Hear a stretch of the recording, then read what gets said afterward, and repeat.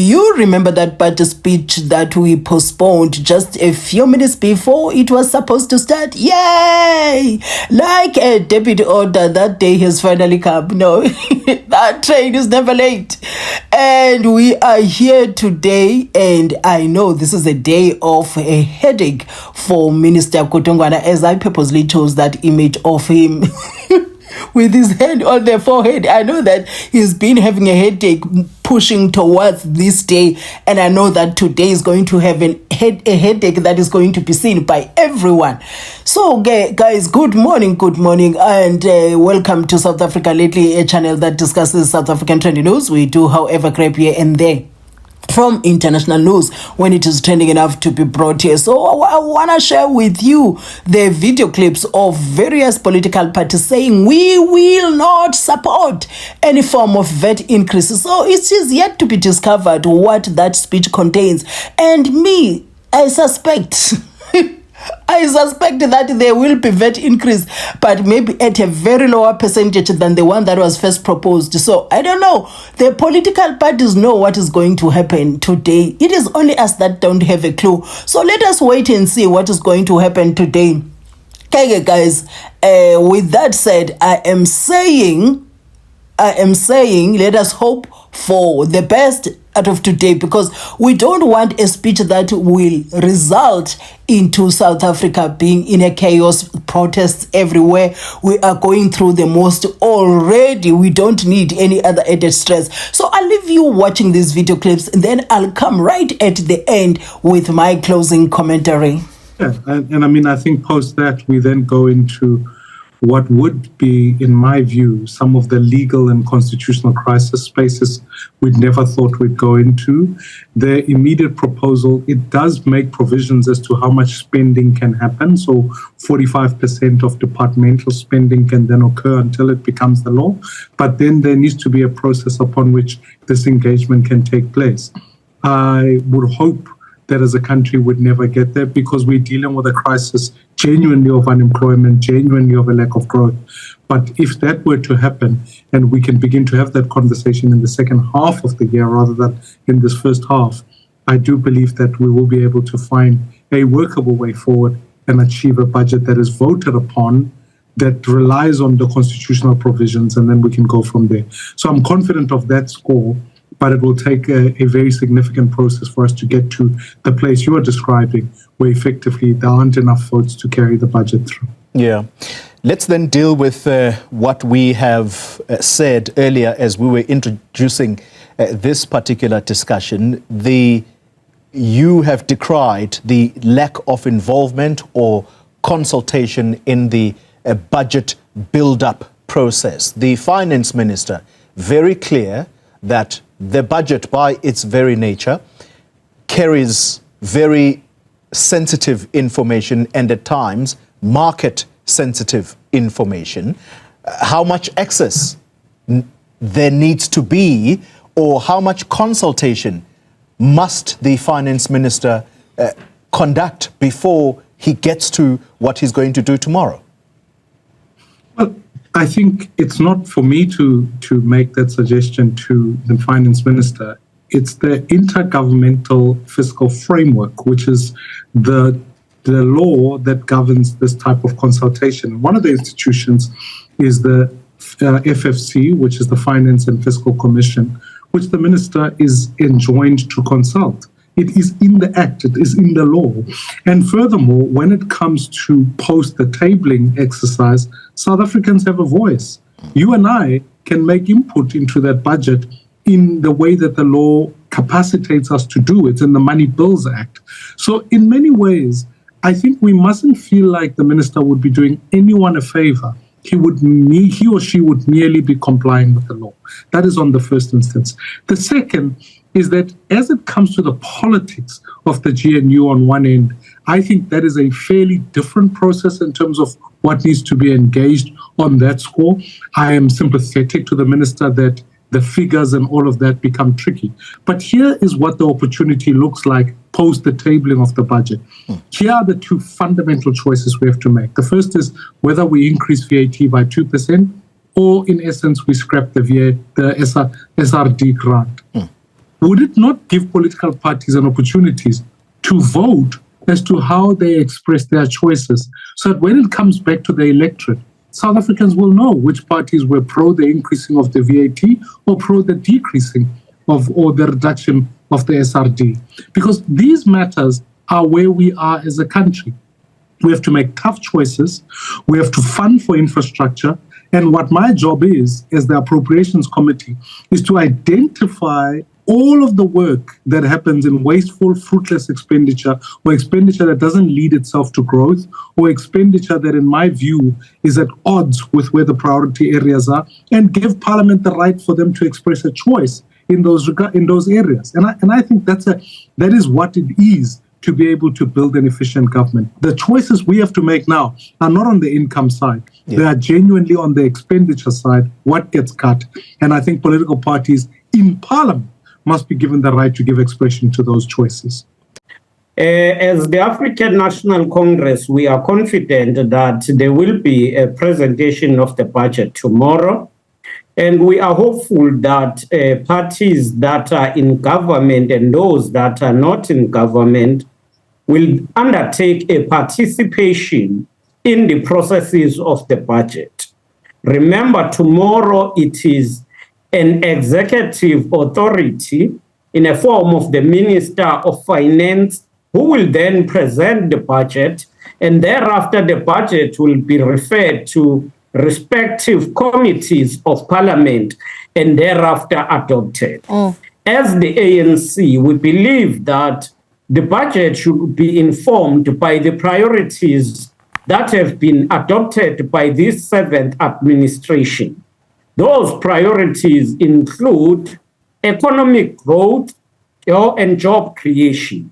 And economic growth must talk to more investment. It must talk to more infrastructure development. We must make South Africa business friendly, but also ensure that there is a distribution of economy. The second priority of the GNU was and remains that of ensuring that we lower the standard of living. We know that government is constrained. There is a debt on one side, and there is a high demand on the other side. Expectations are high.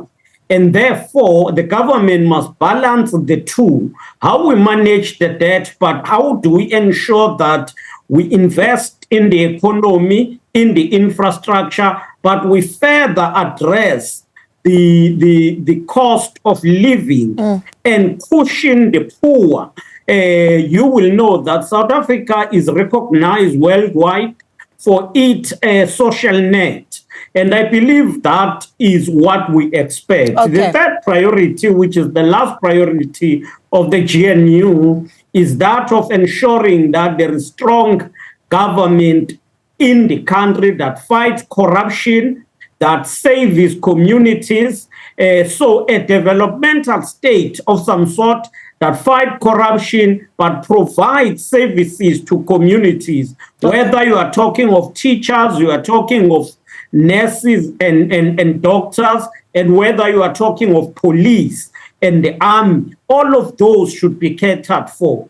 Okay. And as the African National Congress, we are expecting that the budget will satisfy those broad priorities of the GNU. We may not also, we will not forget that some of these are coming direct from the policies that have been there before, right, such as the National Development Plan, the ANC's Freedom Charter, and the manifesto of the ANC. As for the IFP, tomorrow we are hoping for the budget delivery by the minister. We are optimistic that tomorrow will materialize.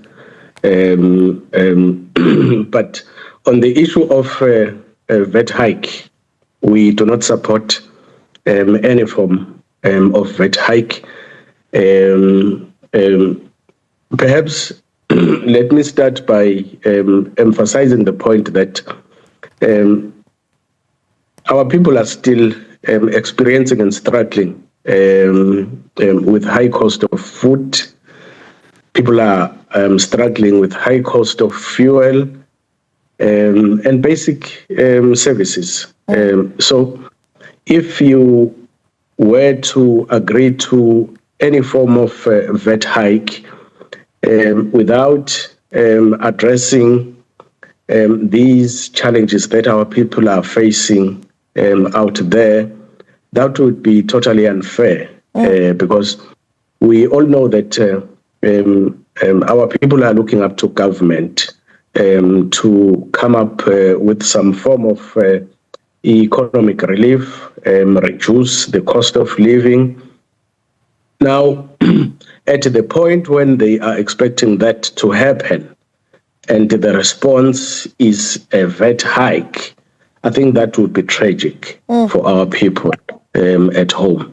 So as the IFP, we feel that for now, the time is not right for the minister to increase VAT. All of the parties in the government of national unity found a consensus position that the proposal to increase VAT from 15% to 17% was not acceptable and that we would not support it, and the National Treasury was sent back to the drawing board.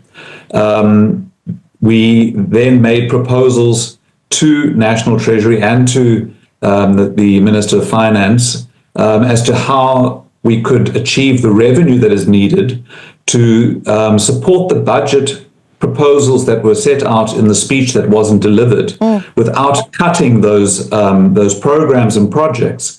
And so, I mean, we would hope to hear that there's no need for a VAT increase. And if, as has been speculated in the media, there's a 0.5% VAT increase, our position as to whether we would support it would really depend on what is in the rest of the budget.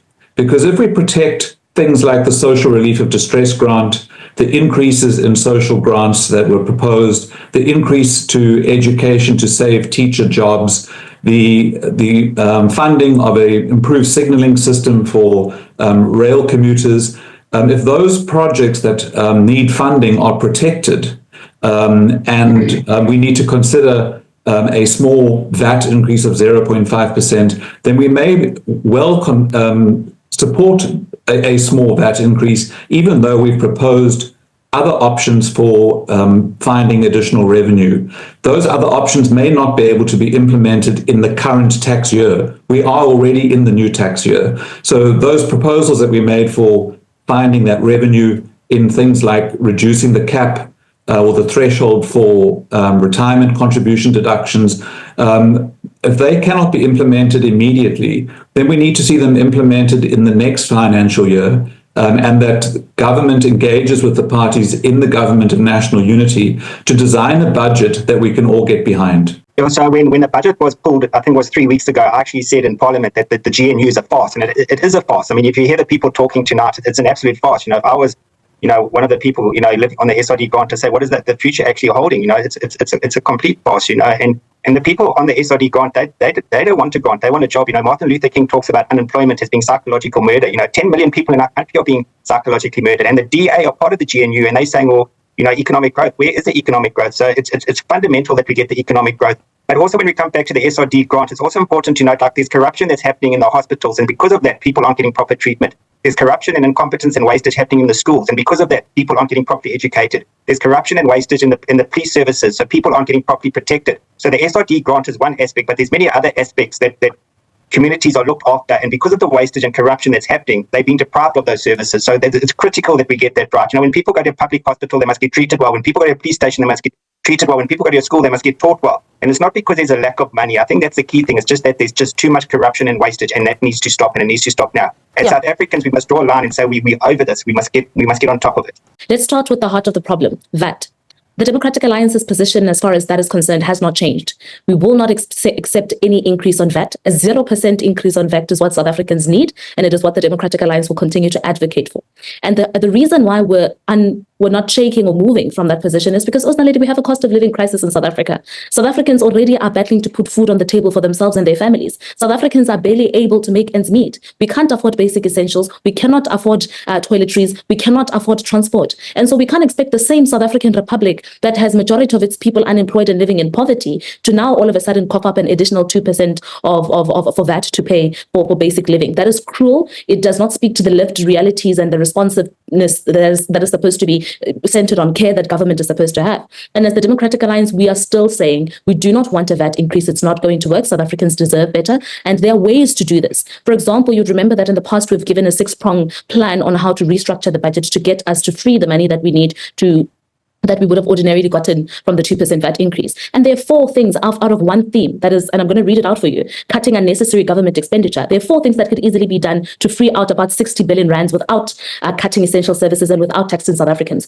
One is having a 50% reduction in government advertising. If you see that, if you cut that budget, then you have money to free up. If you have a 33% reduction in travel and catering expenditure for the cabinet and government, again, then you'll be able to free up money there. Number 3, if you have a hiring freeze of non-essential government positions for at least the next 12 months, then you'll be able to free up more money right now so that we can be able to use it for the fiscal plan. And number 4, if you have a national audit of ghost employees, given that we know that PASA has given us that we have at approximately 10% of their workforce that does not exist, then those things together, all 4 of them, just those 4 things alone, will be able to clear up about 60 billion rands that the South African government can use towards a budget that is geared towards addressing the needs of South Africans and service delivery. So those are part of the things that we can still be able to get right. We watch and see what is going to happen later today, guys, and I'm gonna be there to come back here and summarize it for you and give you the highlights of the day, because this is one sensitive issue, this is one triggering issue of today, and many South Africans are looking forward to hearing what